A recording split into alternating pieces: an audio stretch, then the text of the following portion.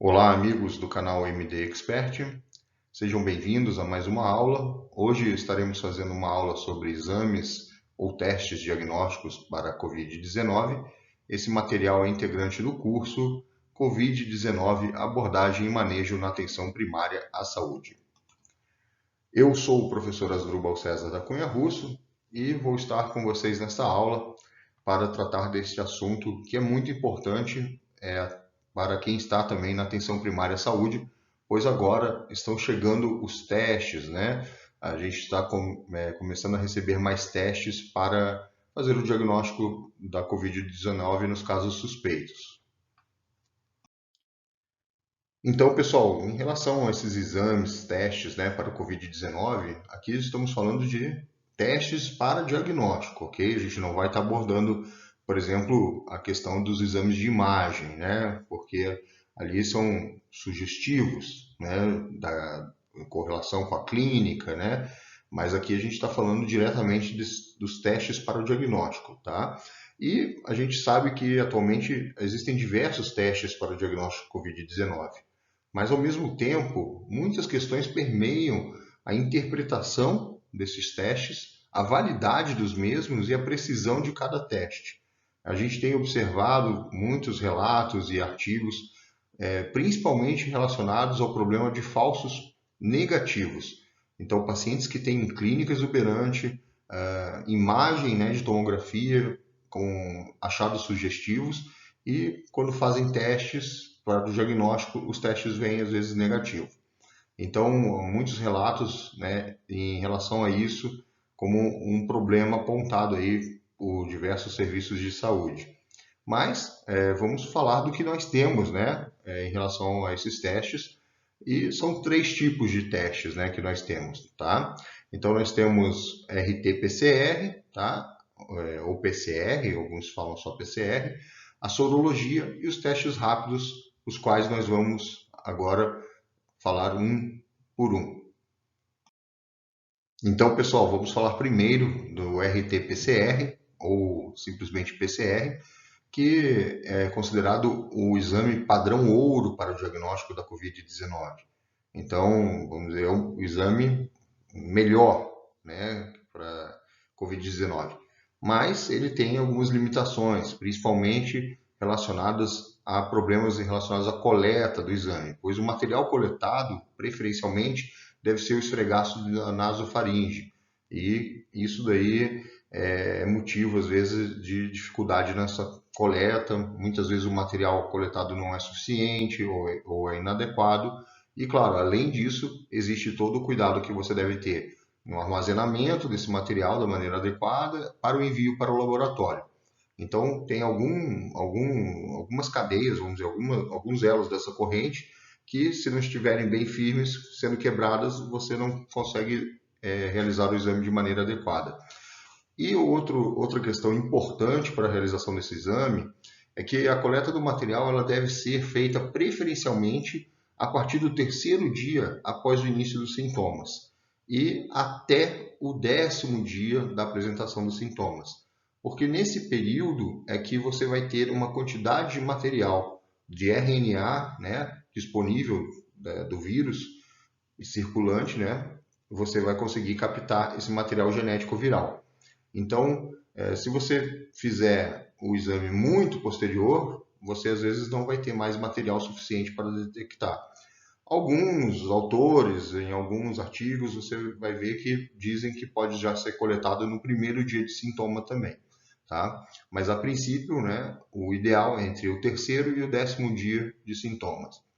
E, como eu falei, esse exame ele detecta o RNA do agente etiológico do vírus SARS-CoV-2.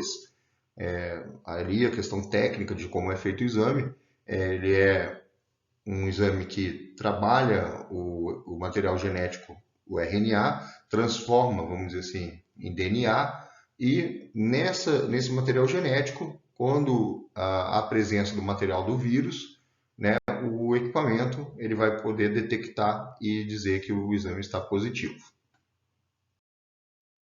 Além, então, do exame do PCR, agora vamos falar um pouco dos exames de sorologia para a Covid-19. Então, já são exames que não detectam o material genético do vírus. Eles vão detectar a resposta imune, né, do organismo em relação ao vírus SARS-CoV-2, através da produção de anticorpos. O material que a gente vai recolher para fazer esse exame é o sangue, e ele vai detectar anticorpos IgA, IgM e IgG das pessoas que foram expostas ao vírus SARS-CoV-2. E é recomendado que esse exame seja realizado com pelo menos 10 dias do início dos sintomas, justamente para o organismo começar a reagir e produzir anticorpos contra o vírus. E por último, nós temos os testes rápidos para a Covid-19. Existem dois grandes grupos de testes rápidos disponíveis. São os testes de antígenos, que detectam proteínas na fase de atividade da infecção, e os testes de anticorpos, que vão identificar justamente a resposta imunológica do organismo em relação ao vírus. Tá?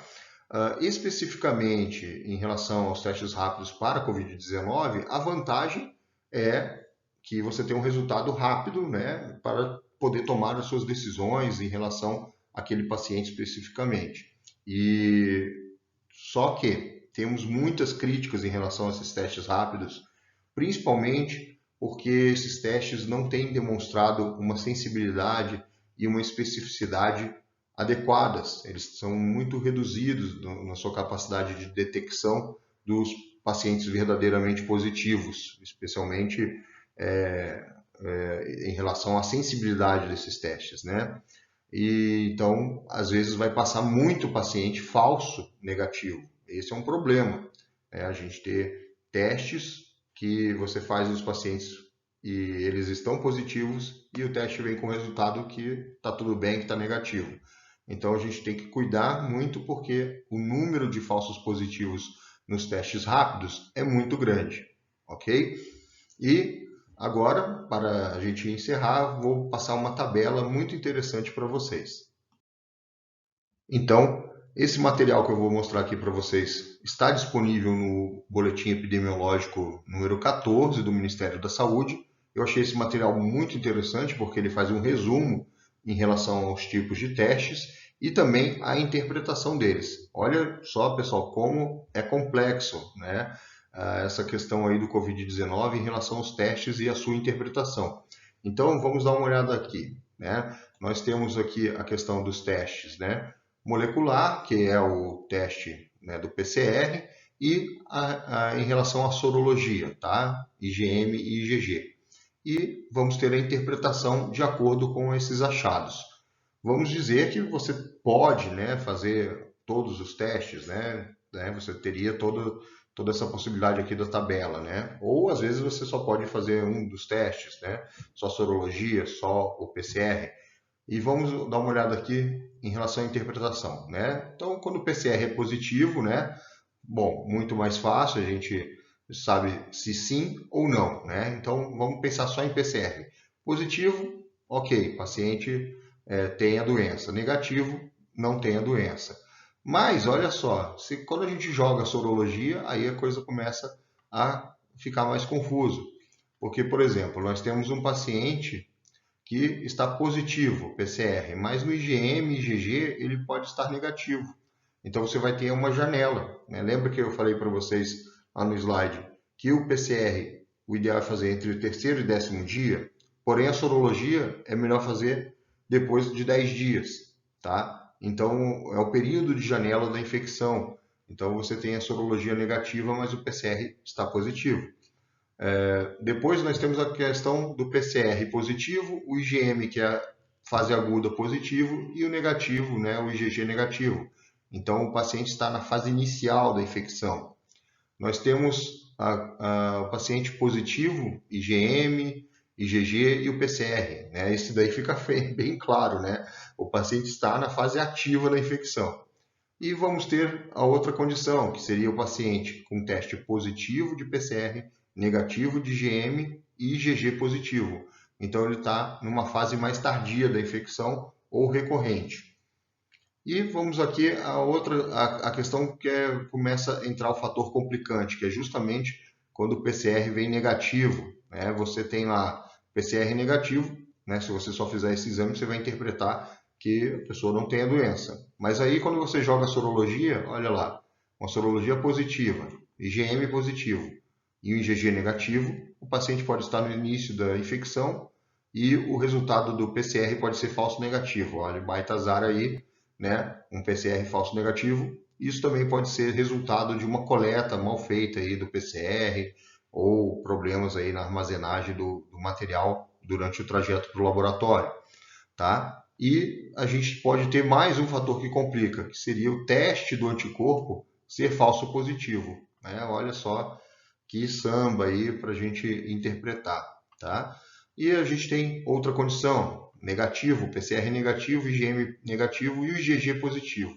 Então, pode ser que o paciente então se recuperou, né, de uma infecção, então ele já não tem material, né, RNA do vírus mais circulando, e aí ele já está na fase de recuperação e o teste do IgG, que seria o anticorpo, vamos dizer assim, de memória, né, deu positivo, tá? E temos também a possibilidade desse teste ser falso positivo também, né?